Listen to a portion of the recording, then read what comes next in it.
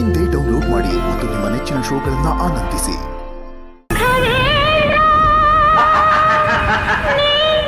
ಅಪ್ಪಾಜಿಗೆ ಹುಷಾರಿರ್ಲಿಲ್ಲ. ಏನಾದ್ರೂ ಅಪ್ಪಾಜಿಗೆ ಹುಷಾರಾದ್ರೆ ನಿಮ್ ಸನ್ನಿಧಿಗೆ ಬರ್ತೀನಿ ಅಂತ ನಿನ್ನೆ ತಾನೇ ಹರಕೆ ಹೊತ್ಕೊಂಡೆ. ಮಂತ್ರಾಲಯಕ್ಕೆ ಹೋಗಿ ಬಂದಿದ್ಯಮ್ಮ ನೀನು ಯಾವಾಗಾರ? ಇಲ್ಲ ಸರ್, ಹೋಗೇ ಇಲ್ಲ ನಾನು ಯಾವತ್ತೂ ಕೂಡ. ನೀನ್ ಖಂಡಿತ ನಿನ್ ಫ್ಯಾಮಿಲಿ ಜೊತೆ ಹೋಗ್ಬಮ್ಮ. ನೀನ್ ಯಾವತ್ತಾರು ಹೋಗ್ಬಾ. ನೀನ್ ಹೋಗ್ಬಾರ್ದು ಅಷ್ಟು ನಾನು ನೋಡ್ಕೋತೀನಮ್ಮ. ತರುಣ್ ಸರ್ ಹೇಳ್ದಂಗೆ ಇವತ್ತು ನಾವು ರಾಯರ ಸನ್ನಿಧಿಗೆ ಹೊರಡ್ತಾ ಇದ್ದೀವಿ.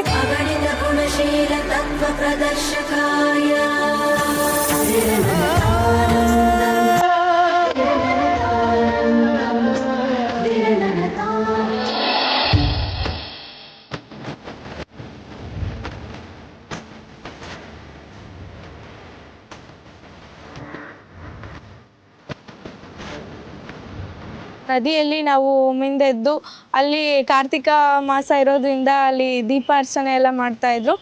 ಸೂರ್ಯದೇವನಿಗೆ ಪೂಜೆ ಮಾಡಿ ರಾಯರಲ್ಲಿ ಭಕ್ತಿಯಿಂದ ನೆನಪಿಸ್ಕೊಂಡು ಆ ದೀಪನ ಹಚ್ಚಿ ತೇಲ್ಬಿಟ್ವಿ. ಅದು ಸರಾಗವಾಗಿ ತೇಲ್ತಾ ಹೋಯ್ತು. ಅಲ್ಲಿ ಅಂದ್ಕೊಂಡೆ ನನ್ನ ಕಷ್ಟಗಳೆಲ್ಲ ಇಲ್ಲಿಗೆ ತೀರುತ್ತೆ ಅಂತ ಅಂದ್ಕೊಂಡು ಆ ತೀರ ಸೇರಲಿ ಅಂತ ಅಂದ್ಕೊಂಡು ಭಾವಿಸ್ಕೊಂಡು ನಾನು ಬೇಡ್ಕೊಂಡು ನನ್ನ ತಂದೆಗೆ ಹುಷಾರಾಗಲಿ ಅಂತ ಹೇಳಿ ಬಂದ್ವಿ.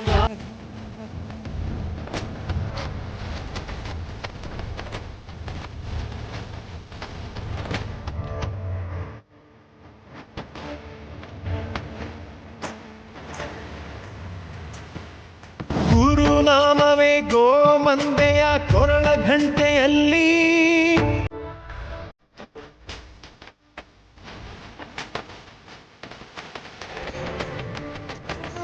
ಈ ರಾಯರ ವಿಗ್ರಹವನ್ನ ನನ್ನ ಸೇವಿಂಗ್ಸಿಂದ ತರುಣ್ ಸರ್ಗೋಸ್ಕರನೇ ನಾನು ತಗೊಂಡಿದ್ದೀನಿ. ಇದು ನನ್ನ ಕಡೆಯಿಂದ ನಿಮಗೆ ಸರ್. ಲೈಫಲ್ಲಿ ಯಾವತ್ತಾದ್ರೂ ರಾಯರು ಅಂತ ನೆನಪಾದ್ರೆ ಮೊದಲನೇ ಸಲ ನೆನಪಾಗೋದೇ ತರುಣ್ ಸರ್. ಯಾಕೆಂದ್ರೆ ನಾನು ಮಂತ್ರಾಲಯಕ್ಕೆ ಬಂದು ರಾಯರನ್ನ ನಾನು ನೋಡಿದ್ದೀನಿ ಅಂದ್ರೆ ಅದು ನಿಮ್ಮಿಂದಾನೆ. ಆದ್ರೆ ನಾನು ನಿಮ್ಮ ಮೂಲಕ ನೋಡಿದೆ ಅನ್ನೋದು ನನ್ನ ಲೈಫ್ ಲಾಂಗ್ ಜೀವನ ಪೂರ್ತಿ ನೆನಪಿರುತ್ತೆ.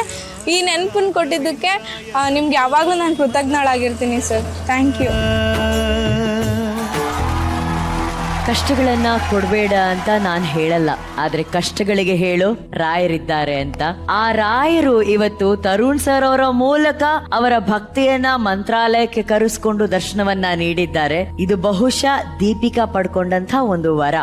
ಅಂಡ್ ಅಲ್ಲಿಂದ ನಿಮ್ಮ ಮೂಲಕ ಈ ದರ್ಶನ ಆಯ್ತು ಅನ್ನೋ ಒಂದು ನೆನಪಿನೊಂದಿಗೆ ನಿಮಗೆ ಒಂದು ನೆನಪಿನ ಕಾಣಿಕೆ ತಂದಿದ್ದಾರೆ. ಮಂತ್ರಾಲಯಕ್ಕೆ ಹೋಗಿ ರಾಯರನ್ನ ನೋಡ್ಕೊಂಬ ಅಂತ ನೀವು ಕಳ್ಸಿದ್ರೆ ಮಂತ್ರಾಲಯದಿಂದ ರಾಯರನ್ನ ನಿಮ್ಗಾಗಿ ತಗೊಂಡ್ಬಂದಿದ್ದಾರೆ ನಮ್ಮ ದೀಪಿಕಾ ಅವರು. ದೀಪಿಕಾ, ನೀವು ತಂದಿರುವಂತಹ ರಾಯರ ವಿಗ್ರಹವನ್ನ ದಯವಿಟ್ಟು ತರುಣ್ ಸರ್ಗೆ ಕೊಡಿ ಪ್ಲೀಸ್.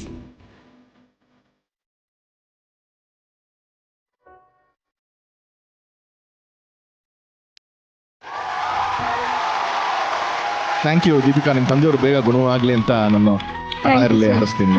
ಒಳ್ಳೆದಾಗಿ.